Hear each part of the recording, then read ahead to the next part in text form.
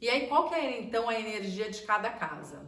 Quando eu tô falando de uma casa um, o número um ele é o quê? Ele é um número que está associado à individualidade, ao masculino.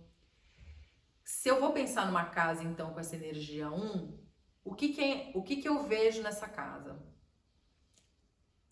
A vantagem de uma casa um é que uma casa um ela tende a ser aquela casa mais objetiva. Se a gente pensar na energia masculina, a energia masculina ela traz essa coisa de você ser mais objetivo, ser mais direto.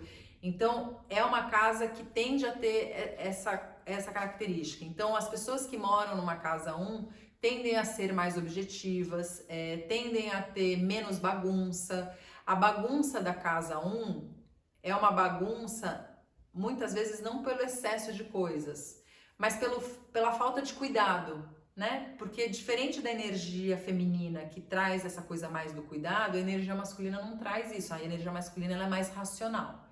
Então, se eu for falar de bagunça, o é aquela bagunça da falta de cuidado. Então, sabe eu chegar em casa e eu não tenho cuidado, eu não tô nem aí com a minha roupa, aí eu saio jogando?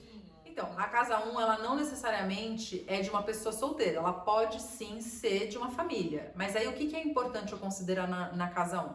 Se o número um é o número da individualidade, essa individualidade ela precisa existir na casa um. Significa então o quê? Se eu tenho um companheiro, uma companheira que mora comigo, o ideal na energia da casa um é que cada um tenha o seu espaço.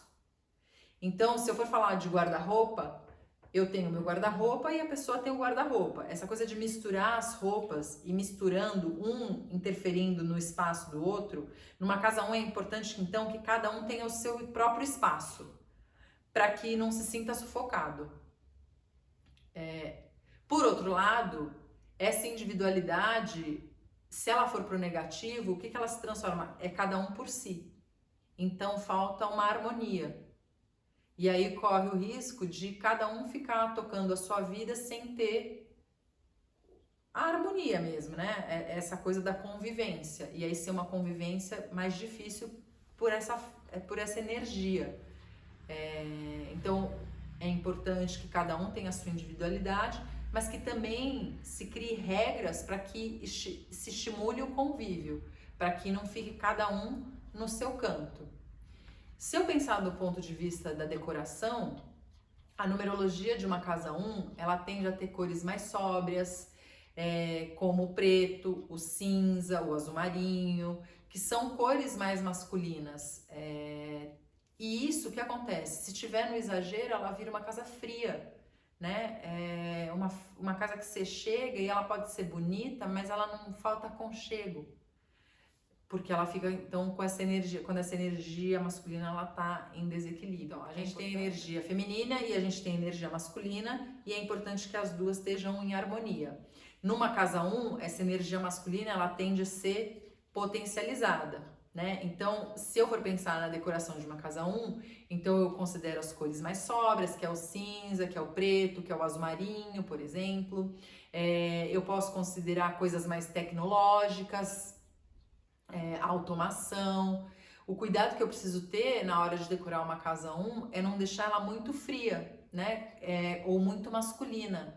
E aí, quando fica muito masculina, fica muito fria, ela não passa conforto. É uma casa que você não se sente aconchegado.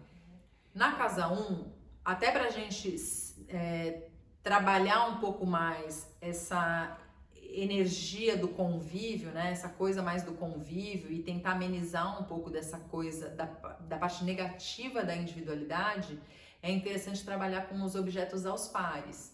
Então, o quarto eu posso colocar uma quantidade de travesseiros par, na sala uma quantidade de almofadas par, objetos em número par. Então, sempre trabalhar o par é interessante numa casa um para justamente estimular essa energia de harmonia, de mais convívio e minimizar o lado negativo da individualidade, que também tem o lado positivo. Então, numa casa um, é importante que cada um tenha o seu espaço para que ninguém se sinta sufocado.